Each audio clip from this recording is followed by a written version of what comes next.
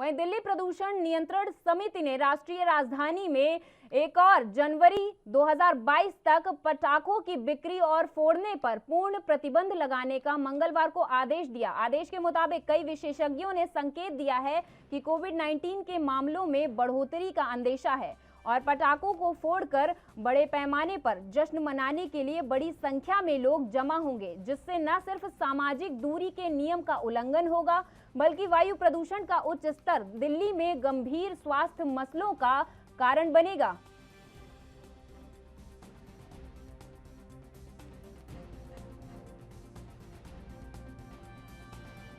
तो दिल्ली प्रदूषण नियंत्रण समिति ने राष्ट्रीय राजधानी में 1 जनवरी 2022 तक पटाखों की बिक्री और फोड़ने पर पूर्ण तरीके से प्रतिबंध लगा दिया है और ये प्रतिबंध मंगलवार यानी कल लगाया गया है। आदेश के मुताबिक कई विशेषज्ञों ने संकेत दिया है कि कोविड-19 के मामलों में बढ़ोतरी का अंदेशा है। जिस तरीके से कोविड-19 के मामले लगातार बढ़ते आ रहे हैं, दूसरी लहर चली गई है और कहने को है कि तीसरी लहर ये जो चल रही है ये तीसरी लहर ही है और कई सारे लोग इसकी चपेट में लगातार आते जा रहे हैं और रोजाना नए मामले देखने को मिल रहे हैं।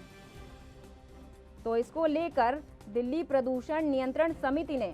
एक आदेश जारी किया है जिसमें ये कहा गया है कि 1 जनवरी 2022 तक पटाखों की बिक्री और फोड़ने पर प्रतिबंध लगा दिया है।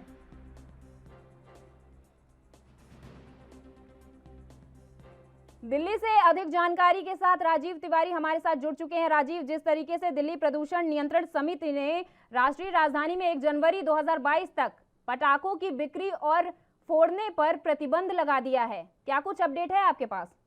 बिल्कुल सही कहा आपने। यहाँ पर बात करें प्रदूषण नियंत्रण विभाग की, तो कहीं ना कहीं उसकी तरफ से जिस तरीके से पहल की गई है, क्योंकि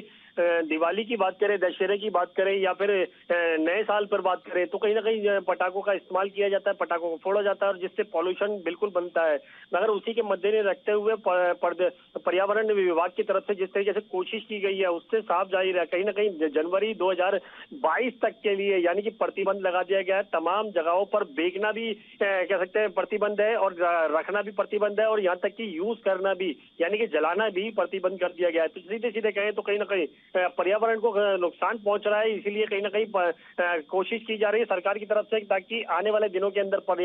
पॉल्यूशन का जो स्तर है वो कम हो सके और कहीं ना कहीं लोगों को सांस लेने में दिक्कतें ना हो। जी राजीव, जिस तरीके से कोविड-19 के मामले बढ़ने का अंदेशा लगाया जा रहा है, आपको क्या लग रहा है कि जिस तरीके से कहा जा रहा है कि ये तीसरी लहर ही है, आपको लगता है और मामले बढ़ेंगे? देखिए बिल्कुल सही कहा आपने, क्योंकि देखिए डॉक्टरों की तरफ से जो कहा जा रहा है कि जो नॉर्मल बुखार वगैरह है या फिर कहें सांस लेने में जो दिक्कतें आ रही है, क्योंकि कोविड-19 के अंदर भी सबसे ज्यादा यही सिम्टम आ रहे थे कि लोगों को सांस लेने में दिक्कतें आ रही थी और अगर पॉल्यूशन बढ़ता है तो कहीं ना कहीं सांस लेने में लोगों को फिर भी दिक्कतें आएंगी। तो उससे ये नहीं समझ में आएगा डॉक्टरों को कि ये कोरोना का मरीज है या फिर नॉर्मल पॉल्यूशन की वजह से इसको सांस लेने में दिक्कतें आ रही है। इसीलिए कहीं ना कहीं कह सकते हैं प्रदूषण विभाग की तरफ से जो कोशिश की गई है और दिल्ली सरकार भी कोशिश कर रही है कि पॉल्यूशन पटाखों पर रोक लगाई जाए ताकि जो पॉल्यूशन का स्तर है वो कम हो सके और लोग बाग जो है पटाखों का इस्तेमाल ना करें ताकि सांस लेने में किसी को भी कोई दिक्कत नहीं हो। मगर देखना होगा क्या तीसरी लहर का जो खतरा है वो कितना कम हो सकता है, क्योंकि अगर पॉल्यूशन पटाखों पर रोक लगाई गई है तो कहीं ना कहीं पर्यावरण को भी नुकसान नहीं होगा और कहीं ना कहीं लोगों को सांस लेने में भी आसानी होगी। जी राजीव, जिस तरीके से दिल्ली में ये नियम लागू किया है, आपको क्या लगता है कि बाकी जगहों पर भी ये नियम जल्दी लागू हो सकता है? जिस तरीके से दिल्ली सरकार पहल कर रही है और कहीं ना कहीं दिल्ली के अंदर पटाखों पर पहल लगाई गई है तो कहीं ना कहीं लोग बाग जो है वो दिवाली या दशहरा की बात करें या चाहे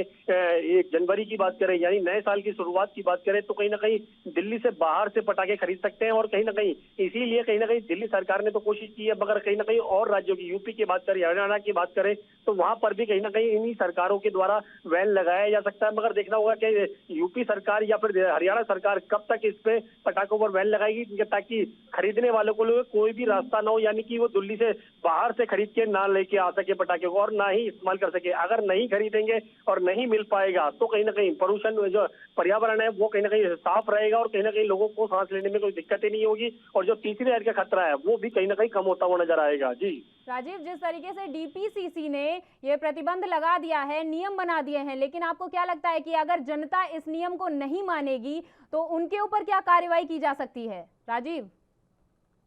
बात करें जिस तरीके से पटाखों पर रोक लगाई गई है और कहीं ना कहीं जो लोग यूज करेंगे यानी कि जलाएंगे तो उनके ऊपर भी प्रतिबंध है और उनके ऊपर भी जुर्माना किया जा सकता है। मगर जिस तरीके से व्यापारी जो है वो कहीं ना कहीं परेशान है, क्योंकि जो पूरे साल इंतजार करते थे कि पटाखों के लिए कि वो उनका व्यापार चलेगा, पूरे एक साल के इंतजार के बाद में थोड़ी उनकी जो अर्थव्यवस्था है वो पटरी पर आएगी। मगर व्यापारी जरूर नाराज है, मगर यहाँ पर व्यापारियों का कहना है कि जो लोग हैं वो कहीं ना कहीं दिल्ली से बाहर से खरीद के लेके आएंगे ताकि पटाखों पे वो दिवाली पर जलाई जा सके। मगर कहीं ना कहीं बाहर और राज्यों की सरकारों को भी कहीं ना कहीं इस तरफ कदम उठाना चाहिए ताकि पर्यावरण जो है वो साफ रह सके और कहीं ना कहीं लोगों को सांस लेने में दिक्कत न आए और कहीं ना कहीं दिक्कतें जो कोरोना काल के अंदर है वो भी कम हो सके। जी राजीव, लेकिन डीपीसीसी ने तो अपना प्रतिबंध लगा दिया है, लेकिन दिल्ली के कारोबारियों को तो नुकसान उठाना पड़ेगा।